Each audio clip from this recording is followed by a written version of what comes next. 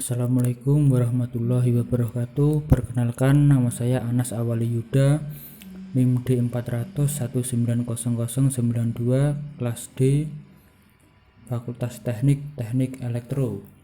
Pada kesempatan kali ini saya akan mempresentasikan UAS untuk praktikum Teknik Tenaga Listrik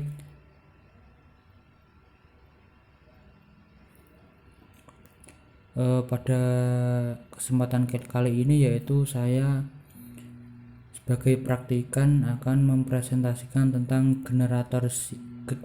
generator sinkron dan asinkron. Kita langsung saja. Untuk generator sinkron itu memiliki konstruksi sebagai berikut, yaitu ada rotor 2 kutub utara selatan dan terdapat lilitan untuk tegangan eksitasi. Terdapat 3 kumparan stator. Untuk prinsip kerja dari generator sinkron, yaitu generator tersebut bekerja berdasarkan induksi elektromagnetik. Setelah rotor diputar oleh penggerak mula atau prime mover, dengan demikian kutub-kutub yang ada pada rotor akan berputar. Berdasarkan hukum Faraday, apabila lilitan penghantar atau konduktor diputar memotong garis gaya magnet yang diam atau lilitan yang diam dipotong oleh garis-garis gaya magnet yang berputar, maka pada penghantar tersebut timbul EMF atau electromotive force atau GGL, gaya gerak listrik atau tegangan induksi. Kemudian dalam menentukan arah arus dan tegangan GGL atau EMF yang timbul pada penghantar pada setiap detik berlaku hukum tangan kanan. Caranya adalah sebagai berikut. Untuk generator sinkron 3 fasa harus ada 3 belitan yang masing-masing terpisah sebesar 120 derajat. Seperti yang diperlihatkan pada kumparan AA, BB, dan CC pada gambar di samping. Masing-masing lilitan akan menghasilkan gelombang fluksi sinus satu dengan lainnya berbeda 120 derajat. Dalam keadaan seimbang besarnya fluksi sesaat. Gambarnya adalah sebagai berikut.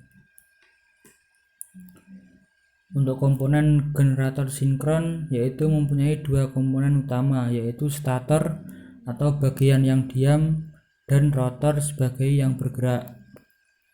Bentuk gambaran sederhana konstruksi generator sinkron diperlihatkan pada gambar di samping. Ini adalah gambarnya.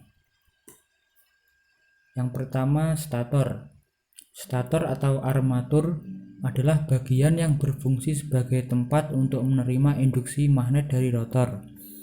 Arus AC yang menuju ke beban disalurkan melalui ujung-ujung kumparan stator. Komponen ini berbentuk rangkaian silinder dengan lilitan kawat konduktor yang sangat banyak.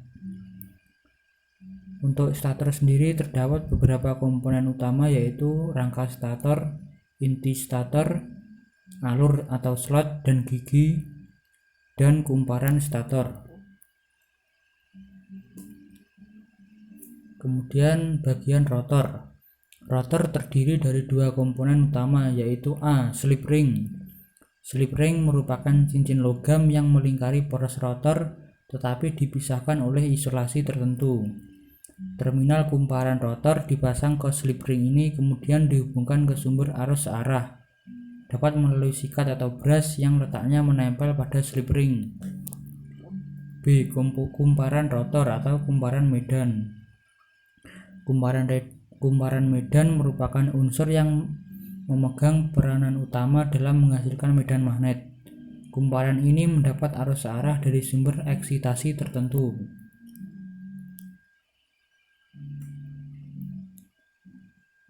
Kemudian analisa rangkaian star delta. Pertama, untuk rangkaian delta, yaitu untuk motor yang beroperasi konstan pada beban di bawah 40% dari nilai kapasitasnya, penggunaan yang murah dan efektif dapat dilakukan bila motor standar dihubungkan secara delta. Dengan bentuk hubungan atau sambungannya bisa dengan hubungan bintang. Perubahan dari operasi standar ke delta.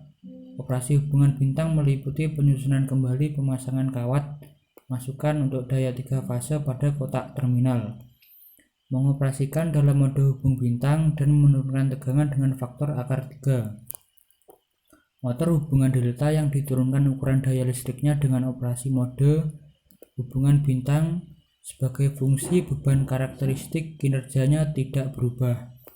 Jadi motor dalam mode sebagai fungsi beban bintang memiliki efisiensi dan faktor daya yang lebih tinggi bila beroperasi pada beban penuh daripada beroperasi pada beban sebagian dalam mode delta. Kemudian rangkaian start. Pada mode perubahan dari mode delta ke hubung bintang harus dihindarkan untuk jangka waktu yang lama. Jika motor terhubung dengan beban standarnya, karena torsi yang dihasilkan motor kecil sehingga kecepatan motor berkurang. Pada mode bintang yang dapat meningkatkan arus motor melebihi arus nominalnya.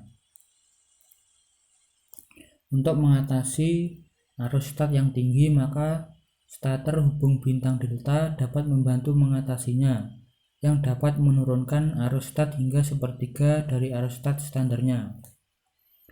Di samping itu, perubahan dari mode delta ke hubung bintang harus dihindarkan untuk jangka waktu yang lama, karena torsi yang dihasilkan motor kecil sehingga kecepatan motor berkurang pada mode bintang, yang dapat meningkatkan arus motor melebihi arus nominalnya.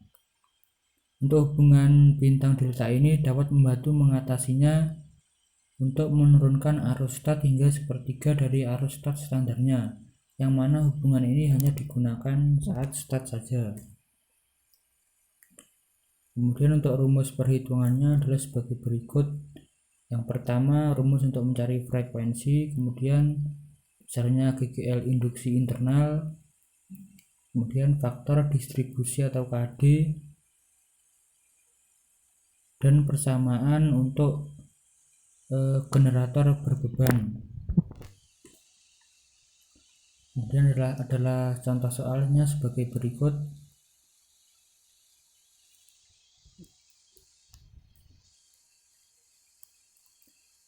Untuk penggunaan generator sinkron. Generator sinkron bisa juga digunakan untuk pembangkit listrik, contohnya 1 PLTA. Generator sinkron banyak digunakan sebagai pembangkit energi listrik berkapasitas besar, seperti yang diterapkan pada PLTA dan pembangkit listrik lainnya. Pada PLTA, generator digerakkan oleh tenaga air. Air ini ditampung pada sebuah dam dan dialirkan melalui pipa ke turbin generator untuk memutar turbin tersebut sehingga rotor generator berputar. Akibatnya timbul tegangan pada kumparan jangkar generator. Bentuk gambaran tempat penggunaan generator pada PLTA dapat dilihat pada gambar di atas ini. Kemudian PLTN. Pada PLTN, zat radioaktif atau bahan nuklir digunakan sebagai bahan bakar untuk menghasilkan energi panas yang besar. Reaksi nuklir yang terjadi pada PLTN dikontrol oleh bahan moderator atau air biasa, air berat, atau grafit, sehingga proses pelepasan energi karena reaksi nuklir dapat dikendalikan. Energi panas yang dihasilkan oleh reaksi nuklir ini digunakan untuk memanaskan air. Uap air bertekanan tinggi karena proses pemanasan dialirkan untuk memutar turbin generator. Karena energi yang dihasilkan sangat besar, maka pada PLTN dapat digunakan generator berkapasitas besar untuk membangkitkan listrik. Kemudian penjelasan yang kedua tentang generator asinkron. Untuk gambarnya adalah sebagai berikut. Prinsip kerja generator asinkron. Untuk generator asinkron bekerja dengan prinsip dasar induksi elektromagnetik yang dihasilkan oleh stator dan rotor. Saat generator AC diputar pada sumbunya, maka generator tersebut akan menghasilkan listrik sebanding dengan kecepatan putarannya. Semakin cepat berputar, maka semakin besar arus voltase yang dihasilkan oleh mesin tersebut. Generator AC umumnya memiliki beberapa penggerak untuk menyalakan mesin. Penggerak tersebut paling umum adalah menggunakan bahan bakar bensin atau solar. Meski memiliki perbedaan penggerak atau prinsipnya, cara kerjanya adalah tetap sama. Cara kerja generator asinkron atau AC ini sangat berhubungan erat dengan konstruksi mesinnya. Cincin yang terdapat pada mesin generator terhubung dengan sikat karbon. Sikat karbon ini berfungsi untuk menyimpan arus listrik yang terjadi saat kumparan berputar. Hasil dari arus induksi ini akan mengalir melalui sikat karbon, lantas dialirkan keluar mesin generator dan dapat menyebabkan lampu menyala. Ketika kumparan kembali bergerak, maka arus listrik kembali mengalir antar kedua cincin yang disalurkan keluar generator. Kemudian komponennya adalah sebagai berikut. Konstruksi generator arus AC terdiri dari dua bagian, yaitu stator atau bagian diam yang mengeluarkan tegangan bolak-balik, dan yang kedua rotor, yaitu bagian bergerak yang menghasilkan medan magnet yang menginduksikan ke stator. Stator terdiri dari badan generator yang terbuat dari baja yang berfungsi melindungi bagian dalam generator, kotak terminal atau nameplate pada generator, inti stator yang terbuat dari bahan ferromagnetik yang berlapis-lapis dan terdapat alur tempat meletakkan lilitan stator. Lilitan stator yang merupakan tempat untuk menghasilkan tegangan, sedangkan rotor yaitu berbentuk kutub dengan celah udara sama rata. Kemudian pada generator ini terdapat dua cincin brass yang disebut dengan slip ring. Konstruksi jenis ini menjadikan kedua ujung kumparan tidak saling bersentuhan. Pada salah satu brass akan menghasilkan arus kosinus, sementara brass lain akan bertindak sebagai ground. Untuk grafik gelombangnya adalah sebagai berikut. Sehingga ketika kumparan berputar, maka akan ada aliran arus yang bolak-balik, karena sesuai dengan kaidah Fleming, gerakan pada sisi kumparan akan naik turun ketika berputar. Kemudian analisa star delta. Untuk star delta starter, jenis ini mengurangi lonjakan arus dan torsi pada saat start. Tersusun atas 3 buah kontaktor, yaitu main kontaktor, star kontaktor, dan delta kontaktor. Terdapat juga timer untuk pengalian dari star ke delta, serta sebuah overload relay. Pada saat start terhubung secara star, gulungan starter hanya menerima tegangan sekitar 1/3 dari tegangan line.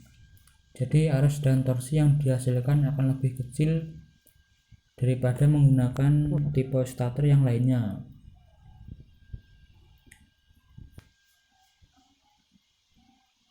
Pada simulasi motor starting delta atau hubung bintang ditetapkan waktu perpindahan antara hubungan keduanya dengan waktu beberapa detik.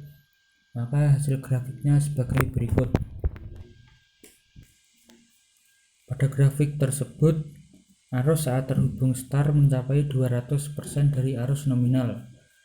Terlihat grafik mulai naik pada detik ketiga mencapai 480% saat terhubung delta, dan perlahan turun mendekati detik ke-6, kemudian stabil setelah detik ke-6. Kemudian ini adalah rumus perhitungannya sebagai berikut. Contoh soal terkait generator AC, yaitu menentukan arus maksimum atau Imax. Kemudian aplikasi atau penggunaan motor asinkron.